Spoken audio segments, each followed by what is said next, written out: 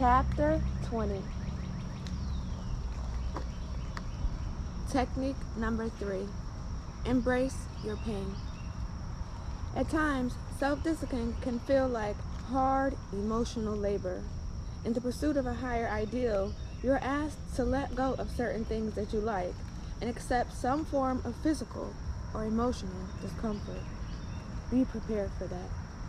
Some sacrifice will always be required, and, as we've seen in Chapter 13, it paradoxically leads to a more comfortable life. The problem is that we have a deep ingrained desire for comfort. We like to avoid discomfort whenever possible because discomfort is a form of pain, and our lizard brain is programmed to avoid pain at all costs. By doing that, however, we shelter ourselves not only from pain, but from life too. We stop growing. There's no growth without discomfort. If you hate discomfort, you hate growth. Your potential will remain untapped. If you want growth, suspend your desire for comfort, or at least limit it. You only develop muscles by going through effort, sweat, and pain. You only write a great book by squeezing your mind and bleeding your soul through every sentence. You only develop inner strength by going through suffering with an open heart.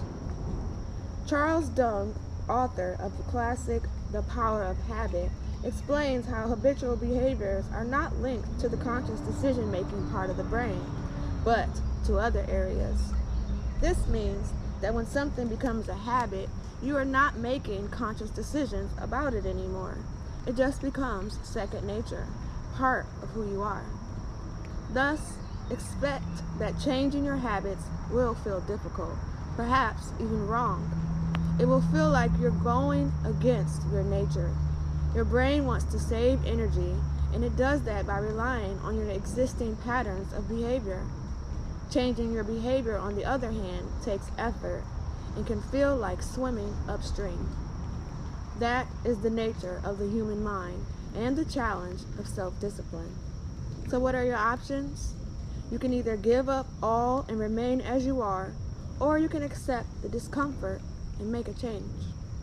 After some time, the new behavior will become the new normal, and inertia will then work in its favor. Until then, however, you'll need to face some form of discomfort. That is not an option. Expect discomfort. Once you have committed yourself to your goal, it is better not to assume that you will feel like doing the activity.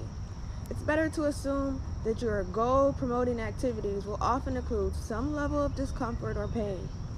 Even though that might not always be the case, it sets your expectations right so you are ready to act despite your feelings when the moment comes. Let me share a quick example. In the first months of my daughter's life, the shift from 4 a.m. to 7 a.m. was mine. Before starting that schedule, I knew that waking up at 4 a.m. would be difficult. I knew that I would face an irresistible temptation to snooze and then go back to bed just for 10 more minutes. Yeah, right. I had tried that in the past, and I knew that waking up at 4 a.m. would involve fighting with myself for 3 to 4 minutes just to get my eyes to stay open, then dragging myself to the bathroom. A pain. What I did was the following.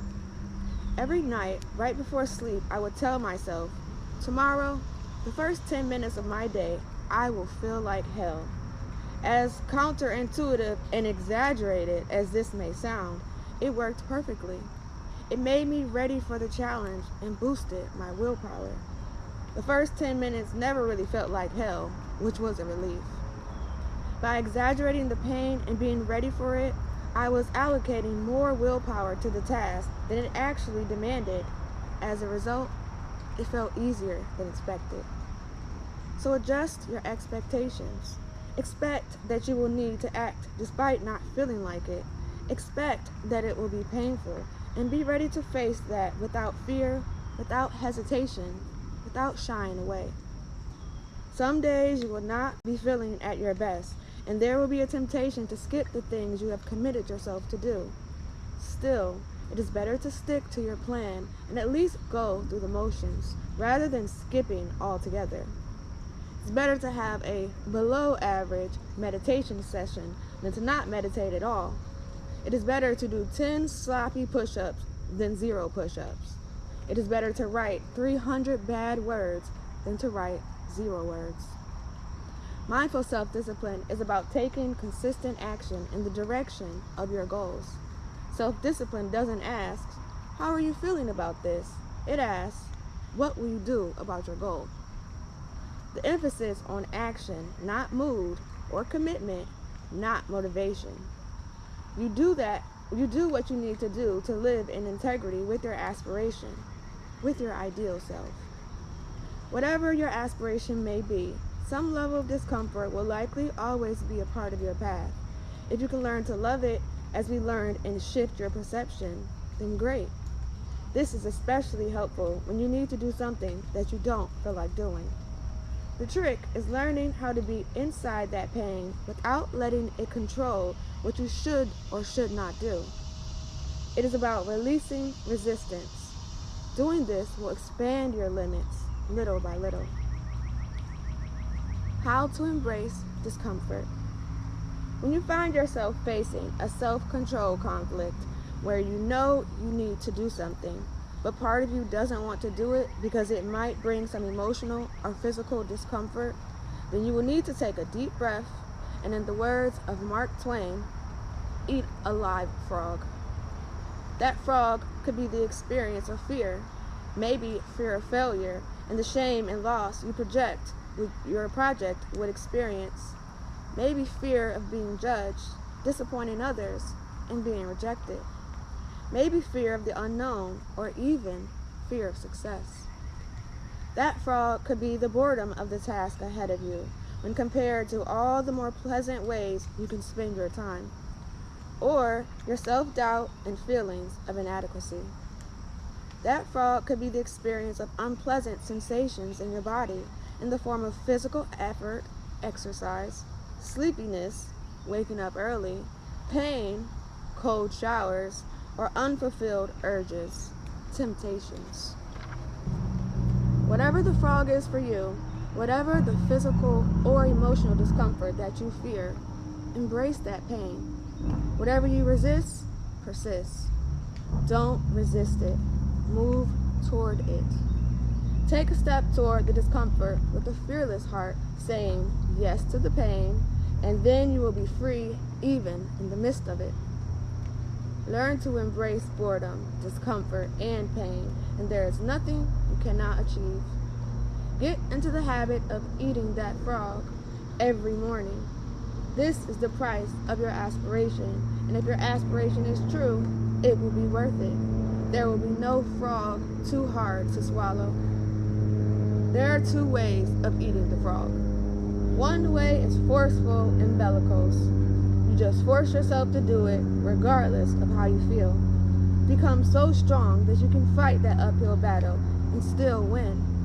We could call this the David Goggins method. Goggins is an ultra-endurance athlete and retired U.S. Navy SEAL who hates to run, yet runs several hours every week because he is committed. The other way is the mindful way.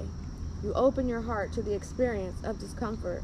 Focus on it as simply unpleasant situations in your body and breathe through them. The roar method.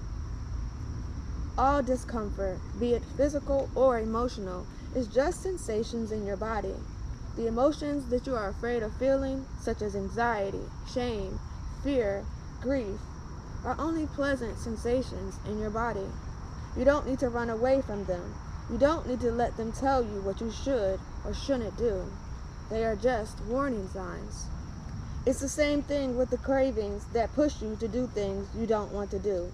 They are just sensations in your body. You don't need to chase them.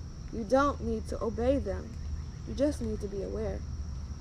The technique itself is very simple. I call it the roar method. R.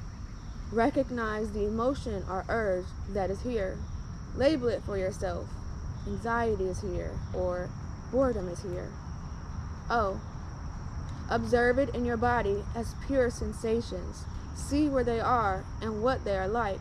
Stay for some moments in the place where they are the strongest. A. Accept the sensations as they are, without rejecting them, without aversion, without contradicting, without contracting. Just stay with them. Create room for them. Let them be there as if there was no difference for you. R. Release the sensations with every out breath. Imagine that you are breathing in and out through those sensations in your body, and that with every exhalation, they are dissolving. Do this for a couple of minutes, and it will shift your state. In most cases, you will be ready to move forward. This is how you mindfully embrace your pain. The roar method is so important that I often recommend my clients have a screenshot with the word roar as their phone wallpaper for a constant reminder. Key points. We have a deeply ingrained desire for comfort, but growth requires accepting physical and/or emotional discomfort. This can be done forcefully or mindfully. The mindful way is to open your heart to the experience of discomfort by using the roar method. You recognize it, observe it, and as simply unpleasant sensations in your body. Accept it fully and release it through conscious breathing. The emotions that you are afraid of feeling, such as anxiety, shame, fear, grief, are only unpleasant sensations in your body. If you are willing to feel them without running away, then you can be free. Chapter 21.